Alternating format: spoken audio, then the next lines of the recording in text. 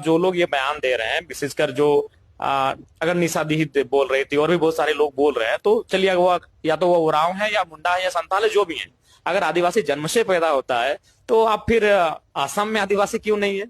देखिए, इनको लगता है कि वही लोग पढ़ते लिखते हैं, हम लोग तो कुछ जानते नहीं है। आदिवासी जन्म से होता है या सरकारी कागज से? हमारे डुमरी के एमएलए जयराम दादा ने तर्क दिया, असम वाला, बोले कि अगर आदिवासी जन्म से होता है तो असम में हमारे संथाल, उरांव, मुंडा भाई लोग ओबीसी में क्यों हैं? वो इसलिए दादा क्योंकि उन्हें टी ट्राइब कम्युनिटी कहा जाता है, मतलब वे मूल रूप से झारखंड, ओडिशा और छत्तीसगढ़ के निवासी हैं, जिन्हें 19th सेंचुरी में चाय बागान में काम करने के लिए अंग्रेजों के द्वारा असम में लाकर बसाया गया था। और उन्हें एसटी की सूची में इसलिए अभी तक शामिल नहीं किया गया क्योंकि वहाँ की जो ओरिजिनल ट्राइबल कम्युनिटीज है, जैसे आपकी देवरी, गारो, खासी, नागा इत्यादि के जो पॉलिटिकल और डेमोग्राफिक राइट्स है, उनका चीरहरण ना हो सके। क्योंकि अगर किसी को भी एसटी के स्टेटस में शामिल कर दिया गया तो वो रिजर्वेशन बैलेंस को अल्टर कर देगा। तो ये हक की नहीं, अस्तित्व का सवाल है, क्योंकि एसटी का दर्जा कोई गरीबी हटाओ योजना नहीं है। ये उन समुदायों के लिए संवैधानिक सुरक्षा कवच है जिनकी अपनी अलग भाषा, संस्कृति और जल जंगल जमीन से जुड़ाव रहा है और जिन्हें समाज की मुख्य धारा से सदियों तक अलग रखा गया था। जयराम दादा ने दूसरे राज्य का उदाहरण दिया, चलिए हम भी देते हैं।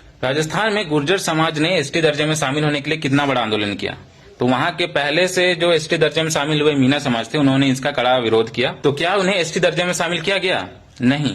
क्यों? क्योंकि वे जानते हैं कि अगर कोई सामाजिक और राजनीतिक रूप से उनसे मजबूत है और कोई एक बड़ा समाज एसटी सूची में शामिल किया जाए तो पहले से कमजोर आदिवासियों का हक मारा जाएगा। नौकरी, पढ़ाई और राजनीति में जो थोड़ी बहुत जगह आदिवासियों को मिलती है वो भी खत्म हो जाएगी। ये एक छोटी सी तलैया में बड़ी मछली छोड़ने जैसा है। हमें कुर्मी समाज से कोई दुश्मनी नहीं है, वे हमारे भाई हैं और झारखंड के एक मजबूत अंग है। अगर उन्हें लगता है कि ओबीसी में रहकर उनका विकास नहीं हो पा रहा है तो इसका समाधान एसटी सूची में घुसना नहीं है। झारखंड की कुर्मी समाज एक खेतीहर कम्युनिटी है और अगर उन्हें लगता है कि ओबीसी में रहकर उनका जमीन सुरक्षित नहीं है तो वे सरकार से मांग करे आदिवासियों के सीएनटी एसपीटी एक्ट की तरह एक ऐसा कानून जिसके तहत उनका जमीन सुरक्षित रह सके। दूसरी बात है, ओबीसी आरक्षण को मजबूत करे। अगर जरूरत है तो मोस्ट बैकवर्ड क्लास की एक अलग श्रेणी बनाई जाए जिसके तहत कुर्मी समाज की जो सही हक है वो उनको मिल सके। हमारे पूर्वज बिरसा मुंडा, सिद्धू कानून ने अबुआ देशों में अबुआ राज के लिए अपनी जान दी थी। आज अगर उस हक को, उस पहचान को कमजोर किया जाएगा तो इतिहास हमें कभी माफ नहीं करेगी। तो मैं अपने भाइयों को कहना चाहूंगा कि झारखंड को आगे बढ़ाने के लिए हमें साथ काम करना चाहिए, एक दूसरे का हक छीनकर नहीं बल्कि एक दूसरे का हक सुरक्षित करके। तो आपसे अनुरोध है इस वीडियो को हर एक कुर्मी आदिवासी भाइयों तक पहुंचाया जाए जिससे लड़ाई के बदले समाधान निकले।